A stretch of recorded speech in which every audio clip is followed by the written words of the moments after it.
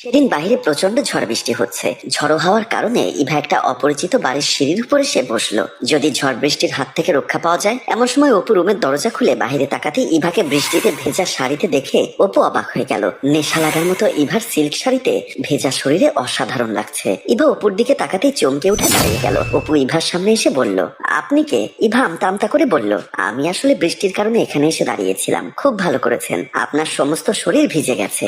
আসুন বাসার ভেতরে আসুন, তোয়ালে দিচ্ছি, শরীরটা মুছে নিন, তা না হলে অসুখ বাঁধিয়ে ফেলবেন। ইভা প্রথমে কিছুটা অনীহা দেখালেও অপুর অনুরোধে জোড়াজুড়িতে বাসার ভেতরে যেতে বাধ্য হলো। ড্রয়িং রুমে প্রবেশ করে ইভা অপুকে বলল, আপনি এখানে বসুন, আমি আপনার জন্য একটা তোয়ালে নিয়ে আসছি। বলেই অপু বাসার ভেতরের দিকে চলে গেল। ইভা বাসার চতুর্দিকে তাকিয়ে সোফার উপর বসতে গিয়েও দাঁড়িয়ে গেল, কারণ তার শাড়িটা ভেজা। এদিকে অপু বেডরুমের ভেতর প্রবেশ করে মনের সুখে নাচতে শুরু করলো। মনে মনে বলল, আজ বিনা মেঘে বজ্রপাত শুরু হয়েছে। অনেকদিন পর আমি আজ সুখের সাগরে সাঁতার দিব। ভাবতে ভাবতে ওয়ার্ড্রোবের ড্রয়ার খুলে একটা তোয়ালে হাতে নিয়ে বেডরুম থেকে বের হয়ে গেল। ড্রয়িং রুমে প্রবেশ করে তোয়ালেটা ইভার হাতে দিয়ে বলল, ওইদিকে ওয়াশরুম, আপনার ভেজা শরীর মুছে আসুন। ইভা তোয়ালে হাতে নিয়ে ওয়াশরুমের দিকে পা বাড়াতেই অপু ইভার কোমর হেলে দুলে হেঁটে যাওয়া দেখে নিজেকে আর কন্ট্রোল করতে পারলো না। মন চাইলো ইভাকে একটু কোলে তুলে নিতে। উত্তেজিত হয়ে ইভার পিছু নিল। ড্রয়িং রুম থেকে বের হতেই অপুর মনে হলো পেছন থেকে তার স্ত্রী প্রিয়া তাকে ডাক দিয়েছে। পেছন ফিরে তাকাতে দেখলো কেউ ড্রয়িং রুমে নেই। আবার সামনে তাকাতে দেখলো ইভা ওয়াশরুমের ভেতর ঢুকে গেছে। কিন্তু অপুর কানের কাছে ভেসে আসছে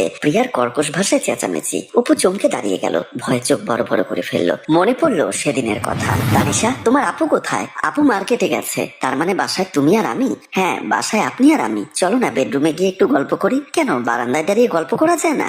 বারান্দায় দাঁড়িয়ে গল্প করা আর বেডরুমে গিয়ে গল্প করার মধ্যে কিন্তু পার্থক্য আছে। কি পার্থক্য আছে সেটা জেনে আমার কোনো লাভ নেই। আপনি আপনার কাজে যান, আমার মন ভালো নেই, একটু বারান্দায় দাঁড়িয়ে আছি। কি হলো, তোমার মন খারাপ? দুলা ভাই, আমার মন খারাপ থাকলে আপনার সমস্যা কি? শালিকা, তুমি আমার সাথে এভাবে চটাং চটাং করে কথা বলছো কেন? চলো বেডরুমে চলো, তোমার মন ভালো করে দিচ্ছি। বলেই অপু তানিশাকে কোলে তুলে নিল। তানিশা চমকে উঠে বলল, দুলা ভাই, আপনি এটা কি করছেন?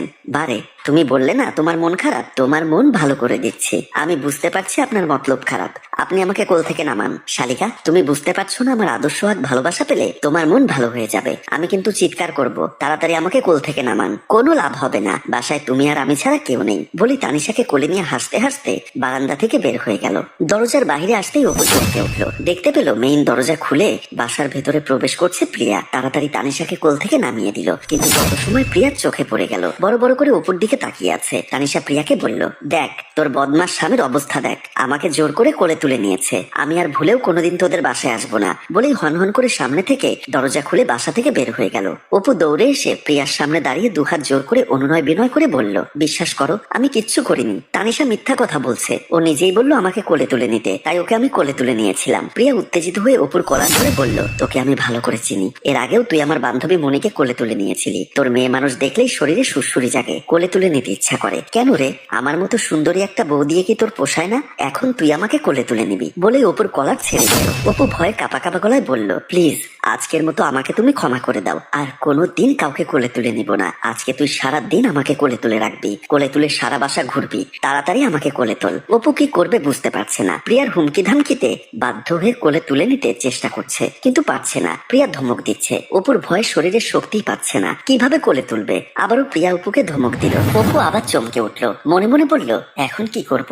মন তো চাইছে এই মেয়েটাকে একটু কোলে তুলি, একটু আদর করি। কতদিন আমি প্রেম যমুনায় সাঁতার কাটি না। প্রিয়া অসুস্থ, 9 মাসের গর্ভবতী। আজকে 4 মাস যাবৎ বাবার বাড়িতে পড়ে আছে। আমার কষ্টটা আমি কাউকে বোঝাতে পারি না। আজকে আমি কারো কথাই শুনবো না। আজকে আমি ওই তুলতুলে নরম মেয়েটাকে কোলে তুলবো, কোলে তুলে নিয়ে বিছানায় যাব। এমন সময় খেয়াল করলো ইভা ফ্রেশ হয়ে ওয়াশরুম থেকে বের হয়েছে। অপু 9-6 না ভেবে দৌড়ে ওয়াশরুমের দিকে চলে গেল। ইভার সামনে পা বাড়াতে আছাড় খেয়ে ধপাস করে ওয়াশরুমের সামনে পড়ে গেল। প্রচন্ড কোমরে ব্যথা পেল। হাত কোমরে দিয়ে ব্যথায় কাতরাতে কাতরাতে উঠতে যাবে, ব্যথায় উঠতে পারছে না। অপু দৌড়ে এসে ইভার পাশে বসে অস্থির হয়ে বলল, আহা, কিভাবে পড়লেন? হয়তো পানি ছিল, পানিতে আছাড় খেয়ে পড়েছি। এখনো কোমরে প্রচন্ড ব্যথা লাগছে, উঠতে পারছি না। অপু মনে মনে বলল, এই তো সুযোগ, এখন কোলে তুলতে আর কোনো সমস্যা হবে না। তারপর বিছানা পর্যন্ত কোলে করে নিতে পারলেই আমার 16 কলা পূর্ণ হবে। ভাবতে ভাবতে খুশি মনে বলল, তাহলে আমি আপনাকে কোলে তুলে বেডরুমে নিয়ে যাই। ইভা মাথা নাড়িয়ে বলল, ঠিক আছে চলুন। অপু ভীষণ খুশি হয়ে গেল। হাত বাড়িয়ে ইভাকে কোলে তুলতে যাবে তখনই কানের কাছে প্রিয়ার হুঙ্কার বেজে উঠলো, খবরদার অপু। চমকে উঠে অপু ফ্লোরে বসে পড়লো, ভালো করে বাসার চতুর্দিকে তাকালো, কিন্তু কোথাও কেউ নেই। আবার অপুর মনে হলো প্রিয়া তাকে শাসিয়ে বলছে, খবরদার, ওকে যদি কোলে নাও তাহলে সেদিনের মতো অবস্থা করে ছাড়বো। অপু চমকে উঠলো। ইভা অপুর অবস্থা দেখে অবাক হয়ে তাকিয়ে রইলো, আর অপুর মনে পড়লো সেদিনের কথা। 5 তলার ফ্ল্যাটের ইমা বিল্ডিং এর লিফট নষ্ট হওয়ার কারণে সিঁড়ি দিয়ে আস্তে আস্তে উপরে উঠছে। প্রেসারের রোগী হবার কারণে ভীষণ কষ্ট হচ্ছিল, তাই ধপাস করে সিঁড়ির উপর বসে পড়লো। এমন সময় অপু উপরতলা থেকে নিচতলার দিকে নামছিল। ইমার এমন অবস্থা দেখে পাশে বসে জানতে চাইলো, ভাবি কি হয়েছে, আপনি এভাবে হাঁপাচ্ছেন কেন? ইমা হাঁপাতে হাঁপাতে বলল, ভাই এমনিতেই শরীরটা খুব অসুস্থ, তার উপর সিঁড়ি বেয়ে উপরে উঠেছি, খুব অসুস্থ লাগছে, আপনি কি আমাকে একটু বাসার মধ্যে দিয়ে আসবেন? অপু হাত ধরে বলল, আস্তে আস্তে উঠুন, আমি আপনাকে বাসায় দিয়ে আসছি। না ভাই, আমি দাঁড়াতে পারবো না, আমার ভীষণ কষ্ট হচ্ছে, আপনি কি আমাকে একটু কোলে তুলে দিয়ে আসতে পারবেন? অপু নয় ছয় না ভেবে ইমাকে কোলে তুলতে যাবে, এমন সময় দেখতে পেল প্রিয়া এসে সামনে দাঁড়িয়ে গেল। তার দুটি চোখে যেন আগুন ঝরছে।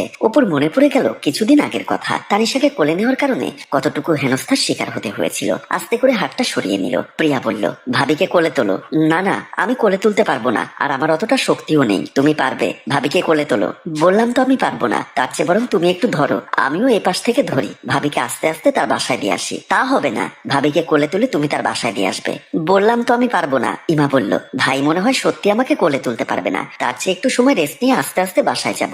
না ভাবি, ও আপনার চেয়েও অনেক বড় কিছু কোলে নিতে পারে, নাও কোলে নাও। অপু বুঝতে পারলো প্রিয়া প্রচন্ড রেগে আছে, যে কোনো সময় বোম ব্লাস্ট হতে পারে, তাই ইশারায় অনুনয় বিনয় করতে লাগলো। কিন্তু প্রিয়ার মন বলল না, বাধ্য হয়ে ইমা ভাবিকে কোলে তুলতে যাবে। কিন্তু অপু ভয়ে কোলে তুলতে পারছে না, সারা শরীর তার কাঁপছে। অপু ভয়ে তখন কাঁপছিল। ইভা অবাক হয়ে জানতে চাইলো, আপনার কি হয়েছে, আপনি কি ভাবছেন? অপু চমকে উঠে বলল, না না, কিছু হয়নি। কই, আমাকে কোলে তুলে নিবেন না?